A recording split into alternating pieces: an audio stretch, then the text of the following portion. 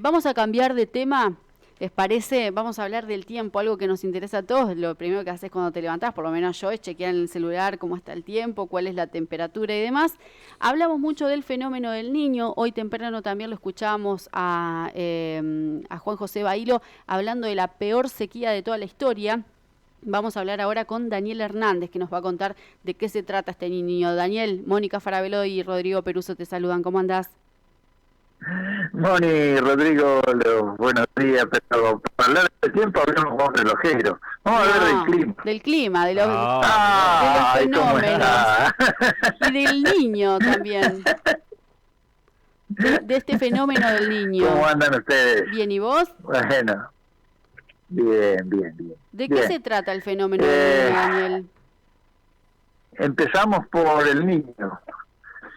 El niño es un fenómeno global que meteorológicamente tiene su inicio, el principio de su desarrollo en el Océano Pacífico. Fundamentalmente se desarrolla en el ecuador del Océano Pacífico, influenciado por corrientes frías que vienen básicamente desde la Antártida, bordeando la costa de Chile, Perú, etcétera, llegan a través de Galápagos y hasta el Ecuador. Por esa corriente fría se va muy abajo, 500 metros o más, no regula la temperatura de la superficie. Entonces la superficie se calienta, evapora más, produce unas alteraciones en los vientos alisios, que son los que llevan la humedad de la atmósfera para el lado de América o para el lado de Indonesia, Oceanía, etcétera.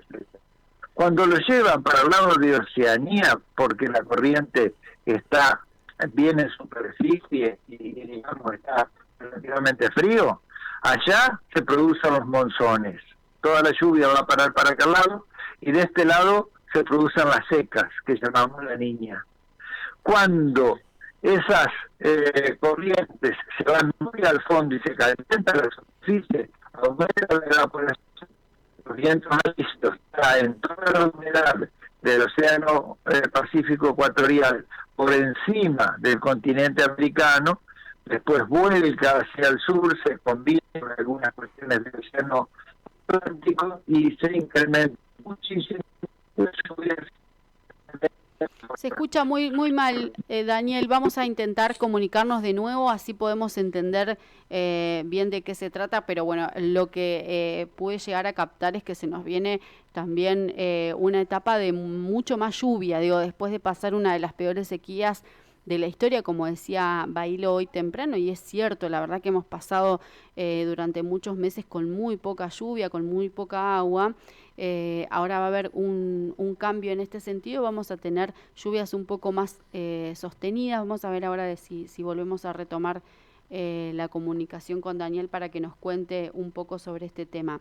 Y hablando también sobre el clima, sobre lo que se viene, sobre el pronóstico del tiempo, se nos viene ahora un fin de semana tal vez con un poco de inestabilidad a partir del jueves. Ahora, así que aprovechemos martes y miércoles de pequeño solcito. Los días frescos pero soleados. Fresco pero soleado porque después puede llegar a volver el agua. Daniel, retomamos, te escuchamos. No, estas tormentas del fenómeno del niño me sacaron violentamente del aire. No te escuchábamos nada, ya está, era más interferencia que... Afino la guitarra y empiezo de vuelta, Moni, si querés. Sí, ¿Te parece? porque se escuchaba con lluvia. Es un chiste. El niño, eso es el niño. Bueno, entonces se viene una época un poco más lluviosa, entonces podemos decir que vamos a dejar atrás esta extensa sequía. Sí, la sequía ya pasó, producto de la niña terminó hace 2 meses. Ya hace varios meses que empezaron a presentarse las condiciones del fenómeno del niño a nivel océano, pero no se habían trasladado a la atmósfera, razón por la cual no teníamos todavía en estas zonas las consecuencias. Ya empezaron ahora sí a presentarse más frecuentemente. Tuvimos una lluvia hace 10 días de 150 milímetros en La Plata, que dejó mucha gente con 1,50 m de agua dentro de las casas. Por supuesto que están viviendo los valles de inundación, y el valle de inundación es parte de los desagües, es parte de los ríos y no se construye vivienda permanente. Pero también en estos días, entre ayer y anteayer, llovieron 300 milímetros en Ituzaingó. Ituzaingó está bien sobre el río Paraná, en el norte de la provincia de Corrientes, apenas por debajo de la desembocadura de la represa de Yacyretá. En esa zona hay 50, 60 familias evacuadas producto de la intensidad extremadamente violenta de estas lluvias. También 15, 20 días atrás se habían dado fenómenos parecidos en Santa Catarina, en Paraná y en Río Grande do Sul, que son los tres estados sur de Brasil, que son todas productos del Niño. Y otra cosa también por ahí curiosa, pero pega un salto de esta zona y repercute normalmente en la zona noroeste de la Patagonia. Toda la zona de Neuquén, Bariloche, por ahí, sí, suele sufrir las lluvias producto del Niño. Eso es independiente de las grandes nevadas que se están dando por dos centros de baja presión que hay, uno en el Pacífico y otro en el Atlántico, que se están anunciando para mañana y pasado nuevamente nevadas de gran intensidad en aquella zona que hasta van a llegar a cortar los pasos cordilleranos que unen Argentina y Chile. Bueno, eso hay que tenerlo en cuenta si uno tiene previsto viajes, ¿no es cierto?, para esa zona. Si tiene previsto viaje en vehículos va a estar complicado. Seguramente le van a exigir cadenas y demás.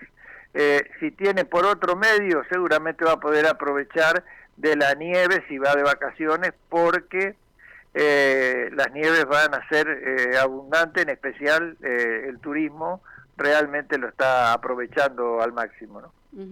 Y acá entonces mucha lluvia, vamos a tener un verano lluvioso porque después se viene la fiesta del pescado y el vino, se viene las 10 noches de carnaval del país, necesitamos playa, o sea, ¿qué esperamos para Gualeguaychú?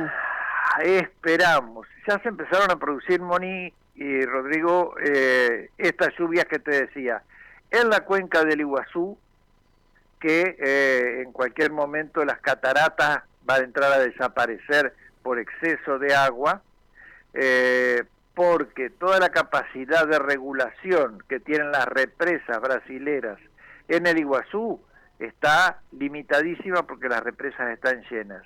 Lo mismo nos está pasando en la alta cuenca del río Uruguay.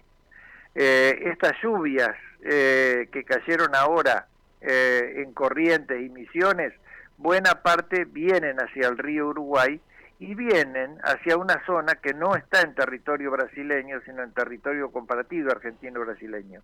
Y en esa zona no hay represas, excepto la represa de Salto Grande, acá en Concordia, que es la única que puede frenar las ondas decrecidas que vengan. Así que Salto Grande, ¿qué está haciendo? Está tratando de mantener los niveles del lago lo más bajo posible, erogando buena cantidad de agua y tratando de generar capacidad para cuando vengan esos picos de crecida que van a venir, pueda amortiguarlo. Lo que se está pronosticando es que en este próximo mes seguramente Corrientes va a tener varios lugares con alertas y que probablemente no lo suframos aguas abajo de la represa de Salto Grande debido a esa capacidad que tendría y que están manejando los hidrólogos de Salto Grande para morigerar o atenuar los efectos sobre la cuenca del Bajo Uruguay. ¿Eso qué ventaja nos da a nosotros? Que si el Uruguay está controlado o relativamente bajo, cualquier lluvia intensa en la cuenca del Gualeguaychú podría de todos modos desaguar un poco más fácil en el Uruguay. Claro. Si lloviera intensamente en la cuenca del Gualeguaychú y el Uruguay está muy alto, toda esa agua sí nos complica porque se queda acá en la base de la cuenca y nos inunda directamente a nosotros. Ese es un poco el riesgo. Bueno, Bien. bueno, todos vamos modos, a tener que estar siempre atentos, siempre mirando el río, sobre todo en el verano. sí, sí. El fenómeno del Niño está previsto que dure todo el verano. Desde ya te aviso, así que vamos a estar pendientes de qué es lo que pasa, básicamente en lo local y en lo regional. En lo local es la cuenca del Gualeguaychú, 7.000 kilómetros cuadrados, la lluvia desde acá hasta Villaguay, en lo que es entre el río Gualeguay y la ruta 14, esa es la cuenca del Gualeguaychú. Ver qué es lo que pasa, cómo llega, cómo se saturan los suelos, cuánto pueden absorber y cuánto no. También vamos a estar viendo cómo está el río Uruguay en este fenómeno que te decía que las represas brasileras ya no pueden regular y que solo lo podemos regular en base al manejo de la represa de Salto Grande y a las condiciones climáticas que pueden darse en el estuario, en el río de la Plata, con vientos que si son del sudeste, la famosa sudestada, nos puedan hacer crecer el río Uruguay y el río Gualeguaychú. Estaremos pendientes. De momento entramos en un periodo en que las lluvias se van a incrementar, las probabilidades andan alrededor del 50% por encima de lo normal, y lo normal en esta época está en los entre los 130 y los 150 milímetros en los próximos meses. Si se incrementa en un 50%, ya estaríamos hablando de entre 200 y 350 milímetros en el mes. Entonces serían lluvias intensas que hay que ver si llegan distribuidas en el tiempo, digamos 20 milímetros por día, 30 milímetros por día, o si llegan 150 milímetros en un solo día, como pasó en La Plata, o 300 como pasó en Corrientes. Esperemos que no sea en esos términos y que nos dé a nuestros cursos de agua tan apreciados y disfrutados en verano la posibilidad de mantenerse dentro de niveles medianamente normales. Tratemos de que no ocupe el valle de inundación, que te repito, el valle de inundación es parte del río, Sí. ahí donde nosotros construimos, porque está cerquita de la costa, estamos metiendo la pata, y bueno, si viene, sabemos que no es culpa del río ni del niño, sino culpa nuestra. Tal cual. Bien. Daniel, y en cuanto al calor, ¿nos vamos a morir de calor como presuponemos o qué se espera para este verano? Mira, a los largos vamos a estar un poco más frescos que los petizos, ¿viste? Sí. Porque sí, va a haber un poco más de calor, Rodrigo. Estamos esperando también una variación de un 30% por encima de lo normal, es decir, va a haber días de calor más intenso, que son las dos variables que se incrementan en el fenómeno del Niño, la intensidad de las lluvias y también las temperaturas. Si a eso le agregamos todas estas variaciones acumulativas del cambio climático, se complica un poco. Pero además hay otro fenómeno que no es climatológico, sino que es social.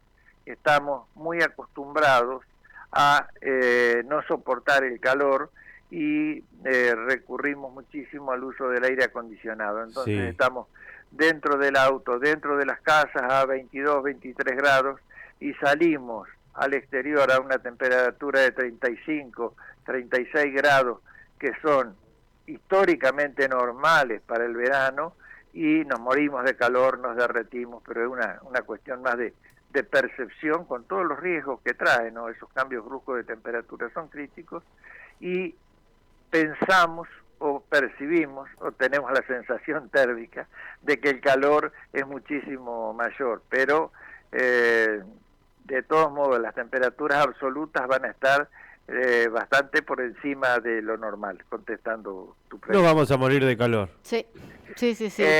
Bueno, pero Resumiendo. apaguemos un poco el aire acondicionado, trabajemos con ventilación natural, bajemos al ventilador que nos va a refrescar. El Liliana de Marcos se está enfriarnos. agarrando la cabeza en este momento con lo que está diciendo. Es Ya no da que más, está cansado. es la realidad.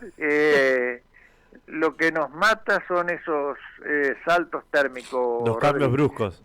Sí, claro, es así.